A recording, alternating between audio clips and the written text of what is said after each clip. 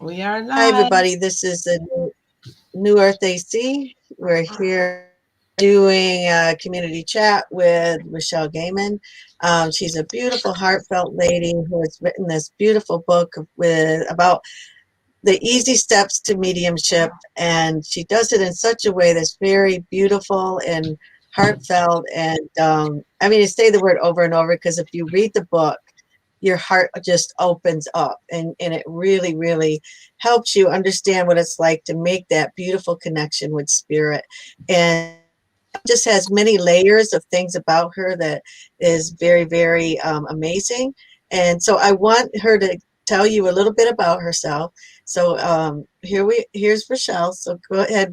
We're here with Robin and David, hosting for Rachelle, and we'll just let her go ahead and talk about herself a little bit. Oh gosh, thanks, Bonnie. Thank you for that wonderful and kind introduction. Hi, everyone. Thanks so much for having me. So, as Bonnie spoke, my name is Rachelle Gehman. I am what I call a heartfelt medium. That's where my true purpose is really to help people integrate the spiritual with this physical world. And my goal is really to help people with guidance, reassurance, upliftment, and healing from spirit. I see all kinds of clients that are dealing with all kinds of different life situations, whether it is grief or they're looking for guidance in their life. I'm here to help them. So I see clients, but also I have written this book, like Bonnie mentioned. It's called The Heartfelt Medium, and it's a guide to developing your mediumship naturally. And I wrote this book because I wanted to empower people. That's my goal. I don't believe that any of us should set ourselves up as a guru because we all have these gifts. The key is learning not only your spiritual language, but also how to receive the information and how spirit is speaking to you.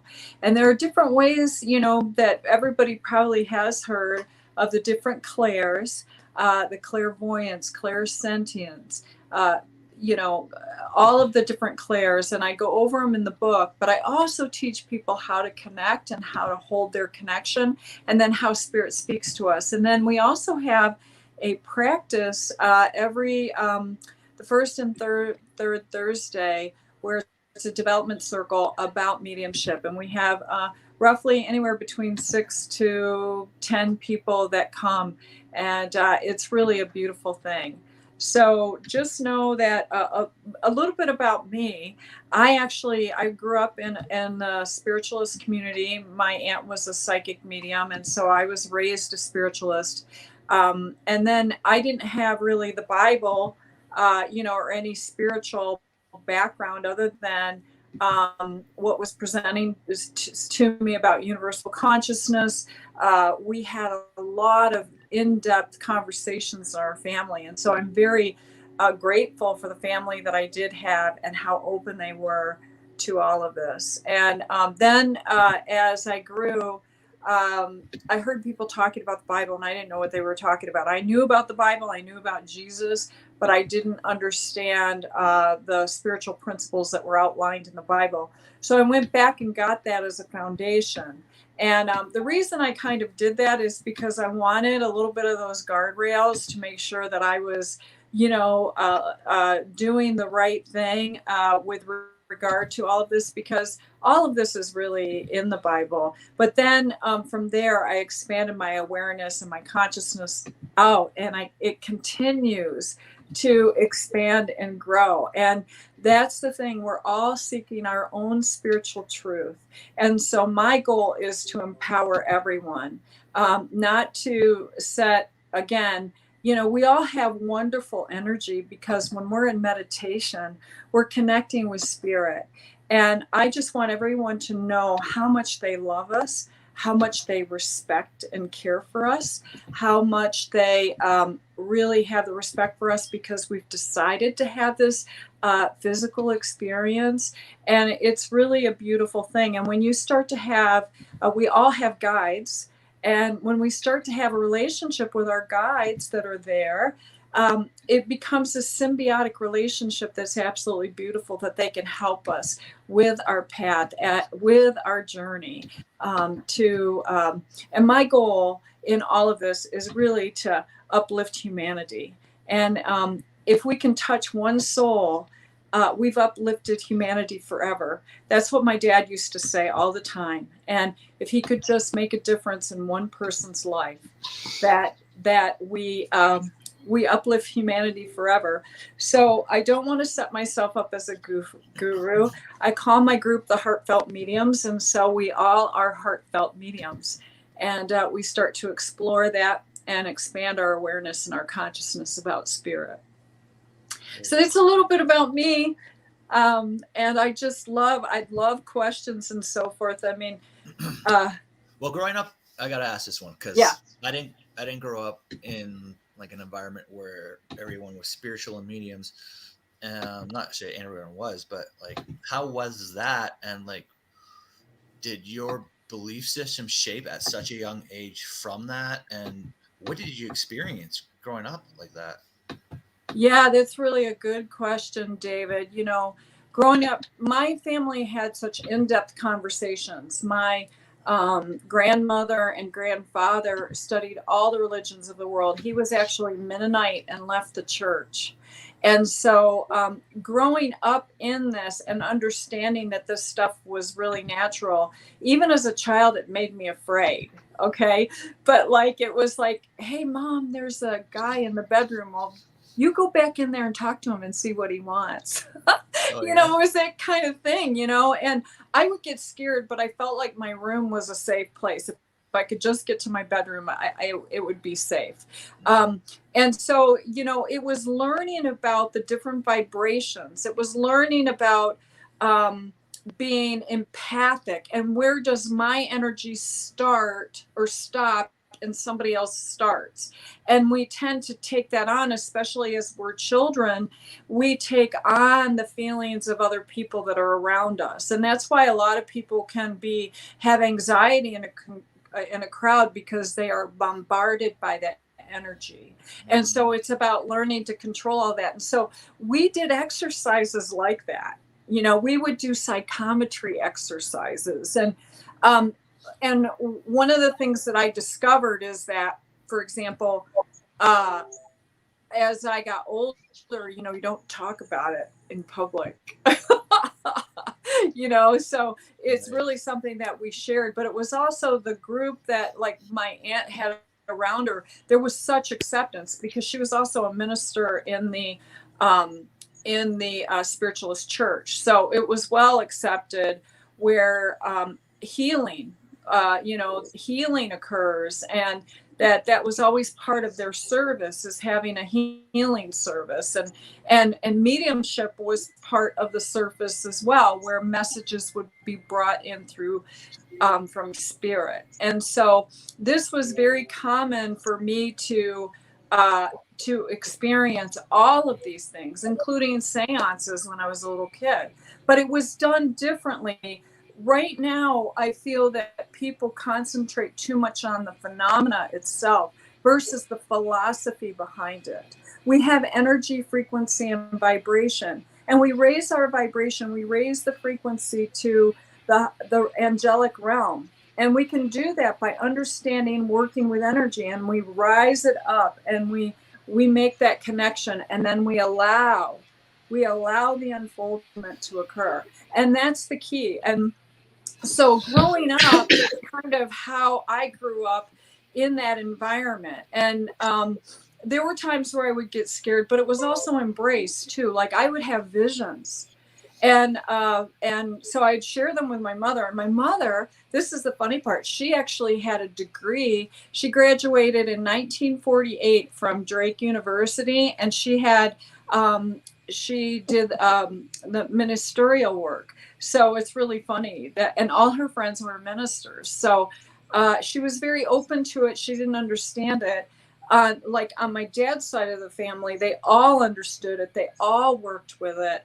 And it was common that we understood all the different universal and spiritual principles, and how spirit would communicate or leave little things, around the house. And it was just such a uplifting and exciting and love vibration. Beautiful. And I'm so grateful that I had that experience. That's cool. Yeah.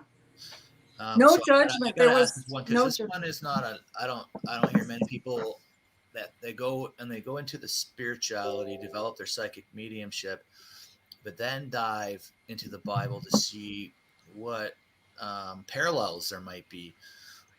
So, and I've always thought too, there's some things that are truth and some things that are not truth in the Bible. I'm sure many people feel that way. Yeah. Um, but what have you found that's profound? Is there any like nuggets in Oh, there that yeah. you found that just like really hit you? Yeah, a couple things that I talk about. It's really fun. Thank you, David, for asking that question, because I can go here, right? I Yeah. can really go here because I want people to understand. First of all, there's a few things that I want people to understand, and I'm going to give you some great nuggets. One is that the Council of Constantinople in 15 AD, they met to decide what books went into the Bible. Okay. And so they made a decision of what material went in there. And the reason that's important, if you understand history, okay, you understand that the church was the ultimate authority, the church and the government. And so they made sure that the Bibles that went into the books that went into the Bible actually represented and kept that framework, okay, that supported that framework. What happens is Jesus comes along, number one, and he's all about love. And he's all about having this relationship with Source that's so beautiful and so loving. And so we get to experience that. But he taught us that we are empowered to develop our own relationship that is free from the government, free from the church, and that we can develop this and to have that wonderful relationship. And if you see the way that the Bible's put together, you have the Old Testament, which is all about, fighting and taking land and so forth, and an eye for an eye. And then there is a shift into this loving vibration into the New Testament. And what shifted? Well, God never shifted. What shifted was man's consciousness to be able to expand to this new level of understanding of what Jesus was bringing to us. And if you notice in the Bible that Jesus spoke in parables, because that's the way spirit speaks, they speak in symbols. And so we really have to look at some of the things in his behavior of what he did to give us permission for certain things. And this is missed all the time. Okay. And so there's a couple of nuggets that I want to share with you. One, first of all, everybody says, well, you're not supposed to speak to the dead. And I say, well, define dead to me, because these people are amazingly alive. They're more alive than we are because they don't have mortgages or anything like that. They're just so excited, and they come through with their consciousness and their personality, and it's so beautiful. And they come through with guidance and healing and so forth. And so, so I don't believe in that we're dead, that consciousness lives on, and consciousness is all, our voice, our voice carries with us because that resonates with our soul. And there's so many things around that. So just that's one thing. So that was a person's opinion, I believe. And there are lower level energies that, that's certain people's work, but not others. And so I don't go there. But let's see. The other nugget that I wanted to share with you, David, is that Jesus healed a lot of people. They healed, all the blind. I don't know how many people he healed the blind all the time. But one time, he picked up the dirt from the earth, and he cleaned somebody's eyes and made them see. And in that moment, I believe that he gave us permission to use things of the earth for healing. And that's some of the things that people miss. That, there's wonderful things that heal from the earth, and that we should be exploring the miraculous things that are here on this earth and Mother Nature, because not only does she need healing now, but we can help heal her as well, because she gives so much to us, you know. So that's one nugget. The other nugget, one of the stories that a lot of people mention about the Bible, where that's a huge lesson that most people don't get. It's when Jesus arrives and they're stoning this woman for adultery, right? Yeah. And then he stops and says, "Whoever, whoever casts the, whoever is without sin casts the first stone," and everybody then kind of dissipates and leaves. And then he turns to her. This is where people miss the lesson, is that he says to a woman, "Where are your accusers?" Who was left? It was her. She was accusing herself. And okay, so most people miss that.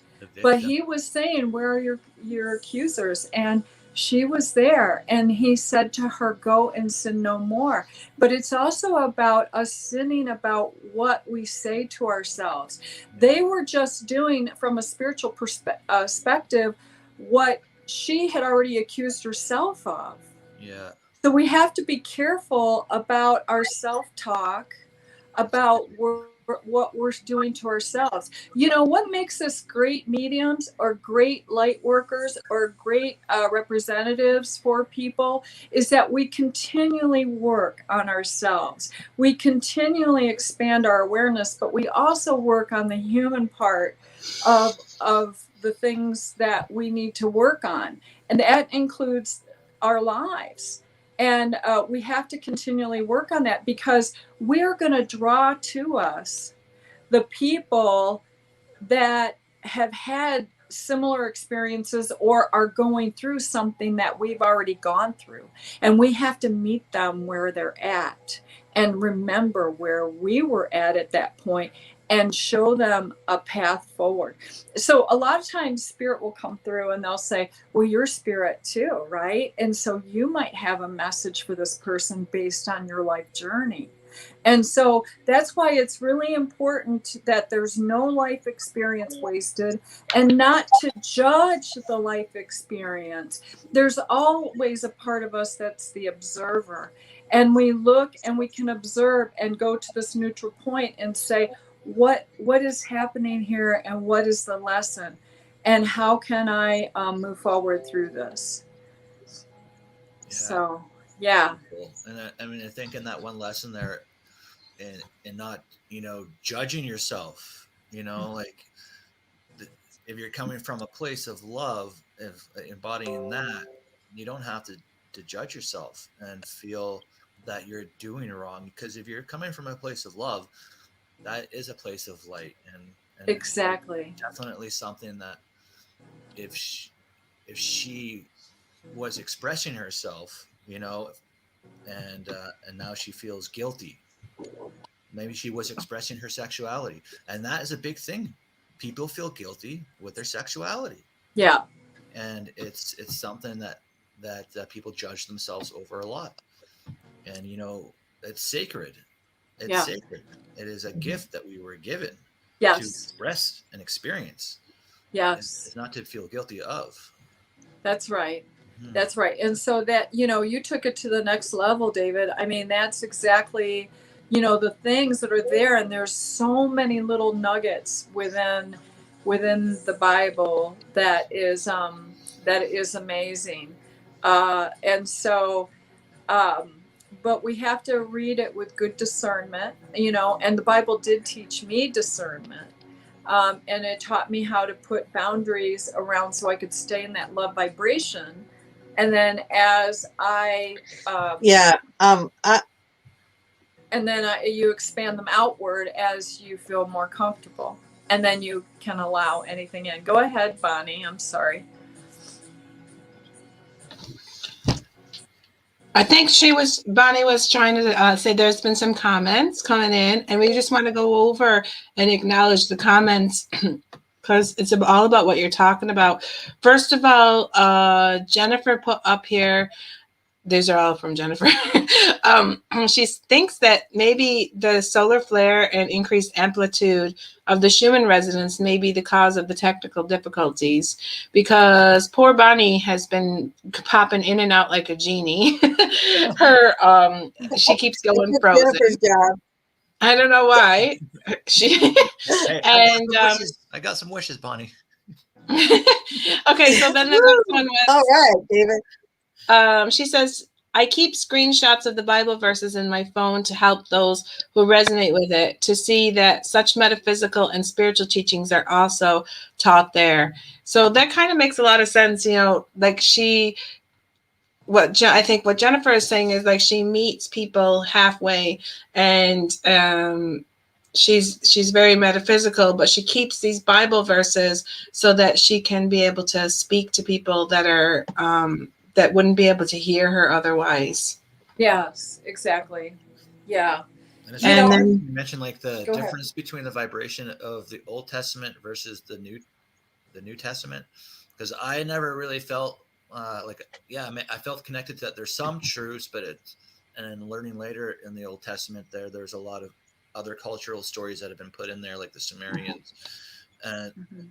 when the New Testament comes along, it is a completely about mastery, and and has this shift in vibration, and it's definitely feels more authentic. That's for Yeah. sure. But it also feels like there has been some things that have been omitted out of it. It oh, does Yeah. feel like 100%. things are missing. Like the whole story isn't being told. It does I, feel like as a child, I grew up in the Methodist church, and we were very much there all the time. Church all the time. And I liked going to church, and I had nothing against it or whatever. But I remember when I was becoming like a teenager, I remember starting to question like some of the stuff that they were telling me.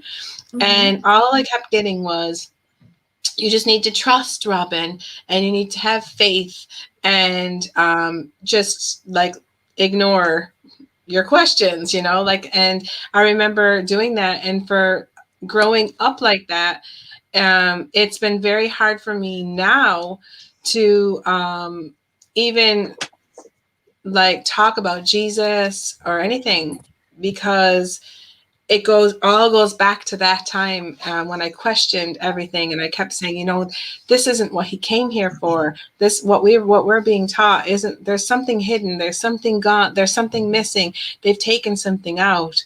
And then when I got like last year, I think I had a session where I actually Jesus came up in front of me and talked to me and told me it's okay you're not able to resonate with this because of what you had went through when you were a child, and showed me a new way of looking at it, so that now I'm more comfortable, because I couldn't be comfortable. That's why I say source creator instead of saying God or anything. I say source, Yeah. because I'm comfortable with all that stuff from being brought up like that.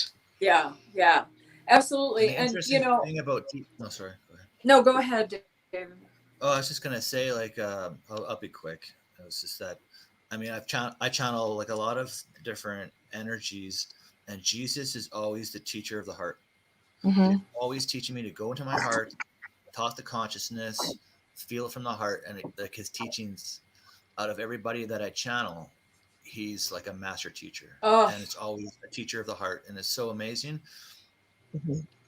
Yeah, he is amazing. I And mean, he's not to be afraid. He's not to be frightened ever, because, like, I think we were taught to kind of fear, um, uh, well, and yeah. not realize So that he's funny, and he has like he has a personality and everything. yeah. Well, Robin, to that he is point, fun.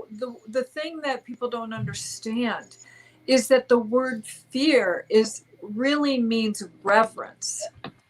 And people don't and they say fear, but it's not really the context of being afraid. It's being it's a reverence that we feel, that even when we we go into meditation, I know you all feel this a reverence that occurs, that comes over us. It's a vibration that is so beautiful. And we also have to revere our own soul, the essence of our spirit. But there's some wonderful nuggets. I was just looking up one of the things that's, the peace of God. This is Philippians 4:7, which transcends all understanding, stands guards over our hearts, and your Christ's mind in Jesus Christ is yours. And that's the thing, we think about love transcends all understanding. And that's where the magic starts to happen. If we can hold that love in our heart, and really, instead of like judging, and that's truly the essence of our spirit. And if we can hold that, and then if something comes up where we are reacting to it, we need to look at that and release it and get healing. And one of the things that I've learned is through healing, it's not just a one and done thing. Healing occurs where you're pulling back the layers. You're pulling back the layers and you're healing until you get to the true essence. And there are things that spirit, maybe we've been working, and we haven't been able to get beyond this one thing. We just ask spirit to remove it, and they will. It's just truly amazing. And it becomes magical. And it's, people say, oh, that's crazy, that's weird. And it's like, no, it's natural. That's the thing. This is all natural. And if we want to call it supernatural, that's great. But everything is interconnected. The plant kingdom, I have so much respect for, because they take such good care of us, right? The animal kingdom, the crystals, and all the different formations on Earth have wonderful information for us all that are alive and well. The water, we're talking about smaller little things, but they're profound if we really connect and listen. Yeah. Lessons everywhere.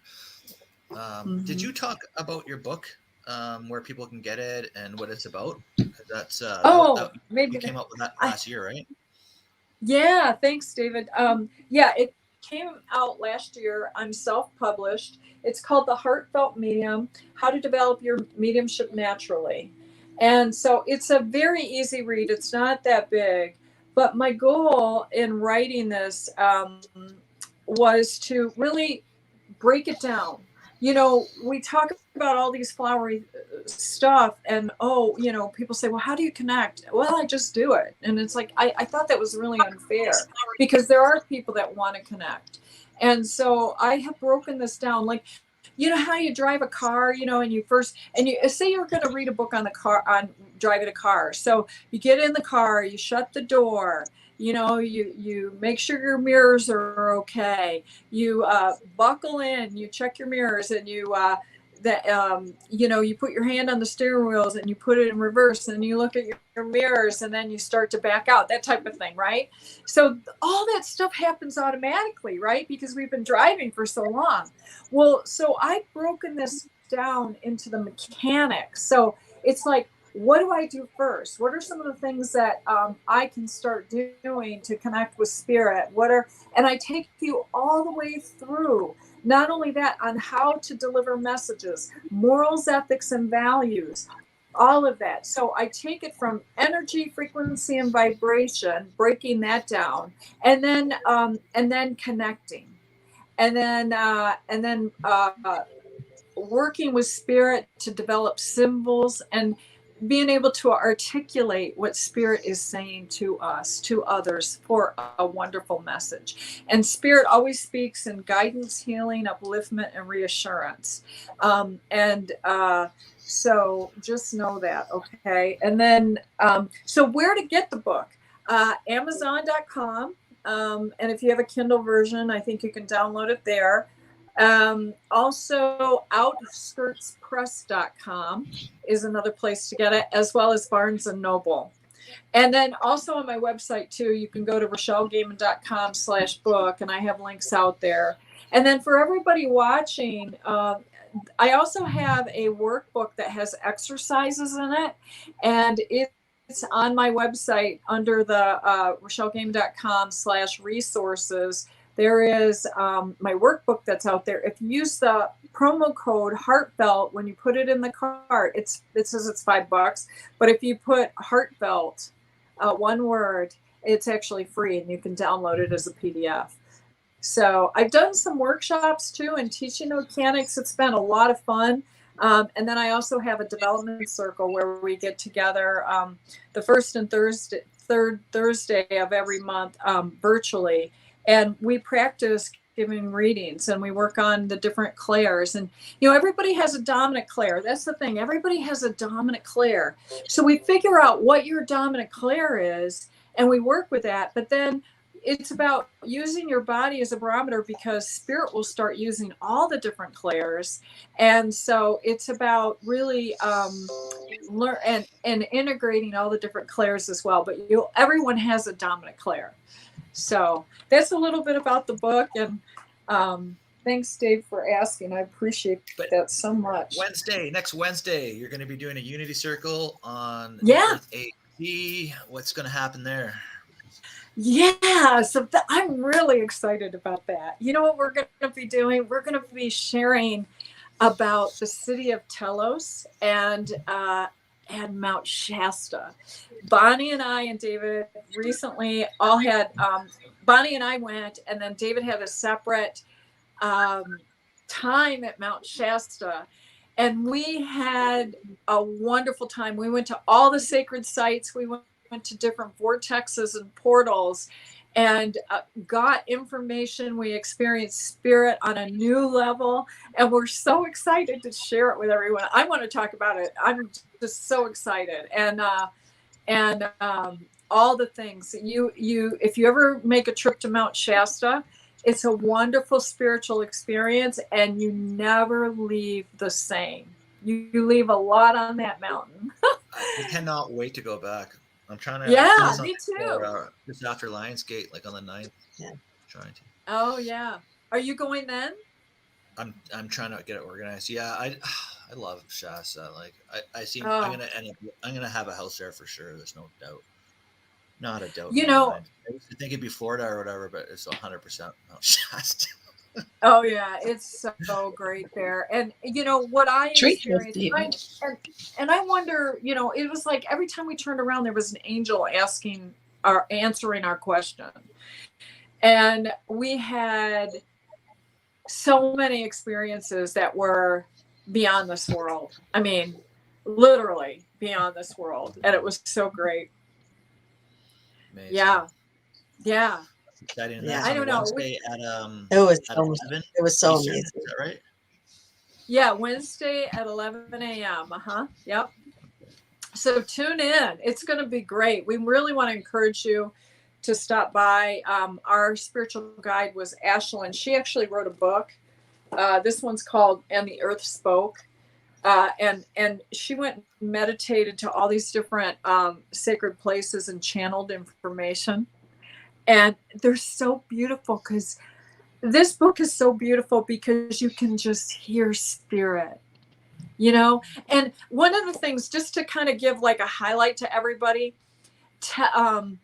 Mount Shasta, the beings there they get excited when we come. They're like little children, like their enthusiasm is amazing. And it's like, oh my God, they're here, they're here, they're here. And it's really exciting. You can feel it. And what I learned from that experience was I want everybody to know how important and how powerful they are, because that's the way that these beings see us. And we really hold ourselves back in bondage. And they want to open things up and give us freedom. And we do have that within us. And so it's a mind shift, it's a heart shift, And that's some of the things that I want to share when we. I want to say something about that. How you guys talk about when you go to Shasta and how they're like all excited to see you and everything like that. That happened over in Tara when I went up to Tara. You could feel like when we first got up onto the site, the elementals were going crazy and they were all like, "Oh, we're so happy you're here. We're so happy you're here." And I stood in the middle of this one portal with all these trees and they kept saying, "Oh, we're so happy that you showed back up again.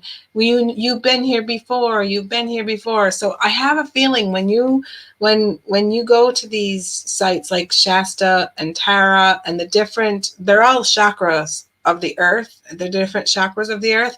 I have a feeling that the ancient ones and all of them are all there, and they're so excited whenever they see somebody come that is full of light and full of high vibration. They get really excited when you show up. Oh my gosh, it was truly amazing, Robin. And there's something that you brought up too that I really never resonated with because I grew up in a spiritualist home.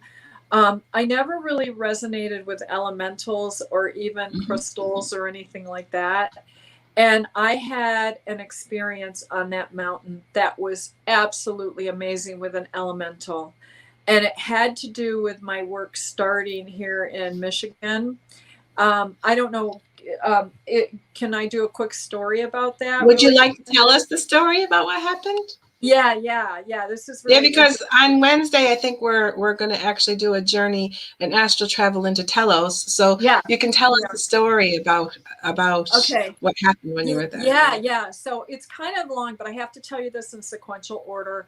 I can't bottom line anything. So Okay.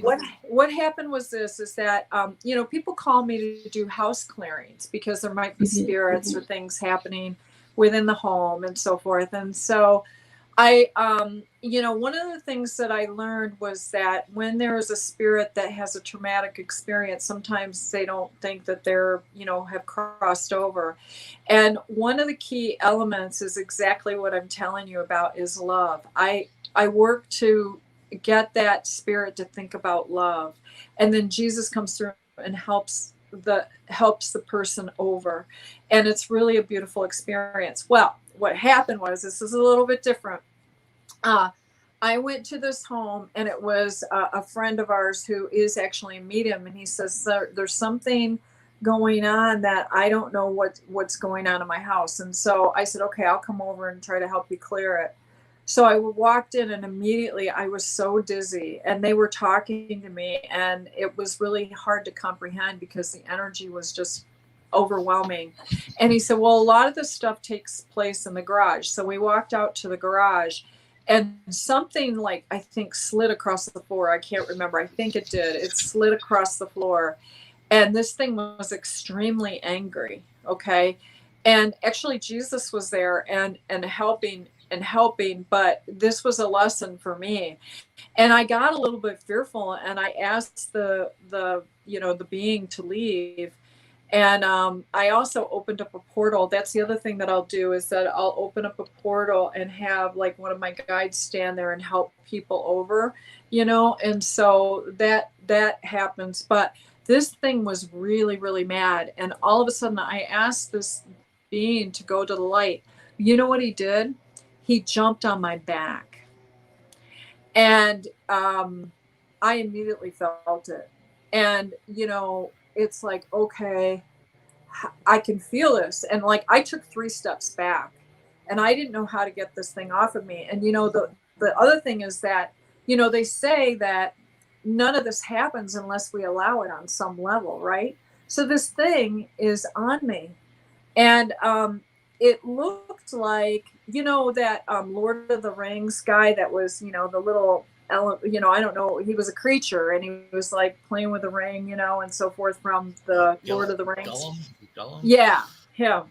So that's what this guy kind of looked like. And so I went to Bonnie because I didn't know what to do. I mean, the next day she was doing healings. And so I said, Bonnie, I need your help. I said, something happened to me and I'm not sure what happened. And she went in, and she actually called in Saint Germain and the Violet Flame, which is about Mount Shasta. The Violet Flame is actually there, and so forth. And she called in the Violet Flame, and she was working on me. She said, Rachelle, that's not a spirit. She says, that's an elemental. And he's really angry. And she says, I put the Violet Flame. I said, God, I still feel him. And for a week, I would lay down, I would feel it. It's like, when is this gonna, heal? I didn't know that he was actually still there. What I thought, there was something that happened to my aura or my etheric field that I didn't know. And so what then happened was, he was there, and I felt like healing was occurring, but I didn't know what was actually going on. And then a girlfriend then called me like a week later and said, hey, Rachelle, her name is Marta. She does a lot of these bike trails and so forth, and she goes through the woods, and she does a lot of races like that. And she goes, hey, want to go for a bike ride with me over in, it's called El Savo. So I said, yeah, I'll go. So we went over there, and we're riding near the woods. And all of a sudden, I see this creature, and he goes, I'm home. And he leaps off of me down into the ground and into the woods. And I went, oh, I was so grateful. Marta just happened to randomly call me to do that. And I hadn't worked, we hadn't been bike riding in forever. So that was all divinely inspired. So then fast forward to Shasta. We are in this portal, this vortex, or it was a portal of the healing trees. And so we had to walk around it 3 times. Our guide told us to walk around it 3 times and stop wherever our energy felt good. And so we did. And then she took us into a meditation, just briefly. And then, she allows us to do our own meditation. All of a sudden, I felt this little elemental. He was like pulling on my pant leg going, excuse me, miss. And I said, yes. And he goes, we want to thank you for what you did for our family member. You healed him, and we're so grateful. And I started crying. I mean, I literally started crying. And then we did another meditation, and I was in the city of Telos, and that little elemental was there, and he came up to me, and he like leaped into my arms like a toddler, how they leap in, and he goes, I just want to let you know that was me. And I went, oh my God. And I just hugged this thing, and I started crying, and it was amazing. And I was not one that believed in elementals, really. I mean, I knew that they were there. I knew fairies were there, but I really didn't resonate with them. I was more into past people who have passed and providing healing for their loved ones and so forth. But this totally expanded my consciousness and awareness of they need our help too. And this little guy was healed. I mean, he didn't look like that anymore. He was totally healed. And I was just like, I just cried. And our guide just was right there, with us. And it was just so powerful. So yeah, it really was. yeah, it's really cool. Rachelle, it was amazing. But we don't want to give anything more away from the show that we're going to do next Wednesday.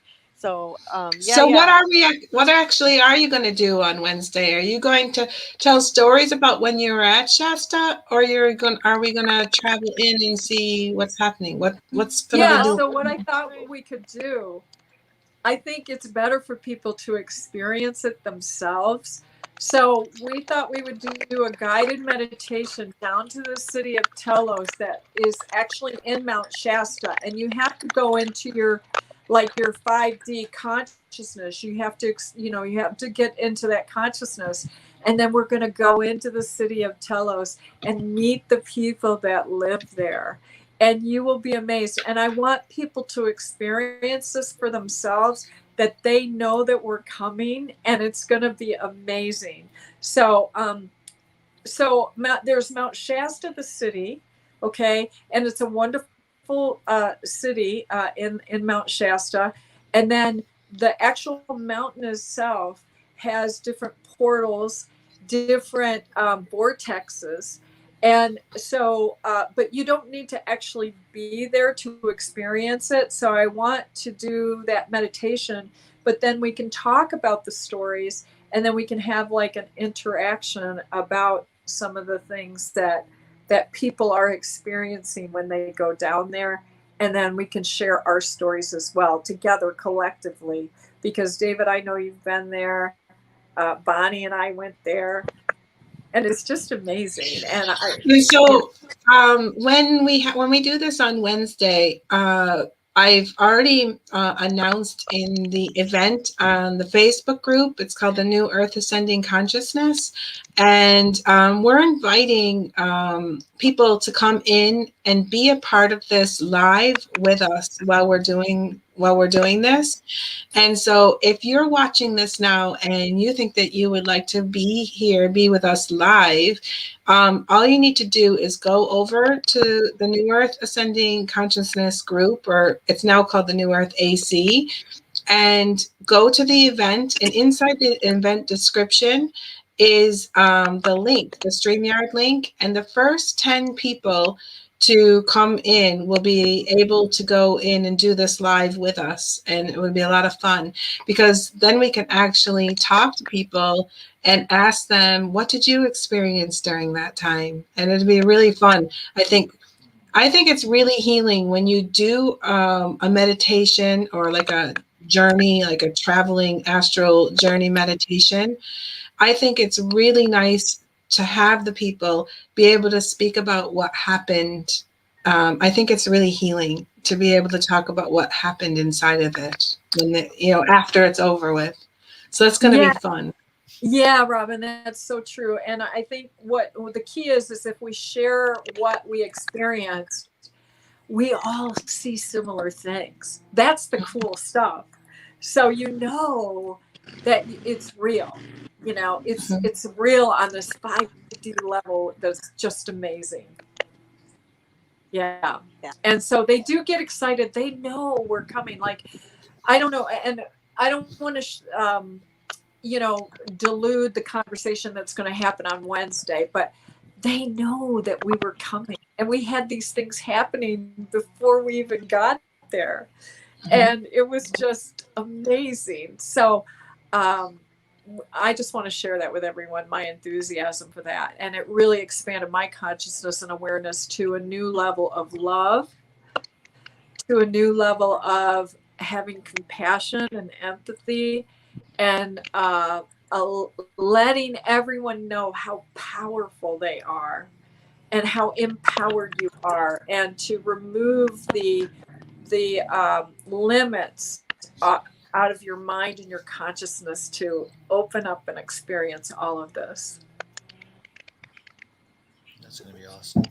Yeah, Yeah. it's gonna be really excited, and we're really just want to share the energy of Mount Shasta. We want to share our hearts with you. We want you to understand some of the things that we did, and then we want you to share with us. So if you've been to Mount Shasta, please come in and share with us, and it's going to be really exciting. So until next week's, we've been on a little So more than an hour. it's going to be Wednesday, July 7th at is it 11. 11 a.m. Eastern, which is 4 p.m. GMT. So whatever time that is in your world, my door, the dog's opening up the door. Whatever time that is in your world, come on and be with us. And like I said, go look for the link inside the New Earth AC Facebook channel or Facebook group page, and come on in and be with us and experience and let us know what your experience was like. Until then, See you later, alligator. Bye. Bye. bye.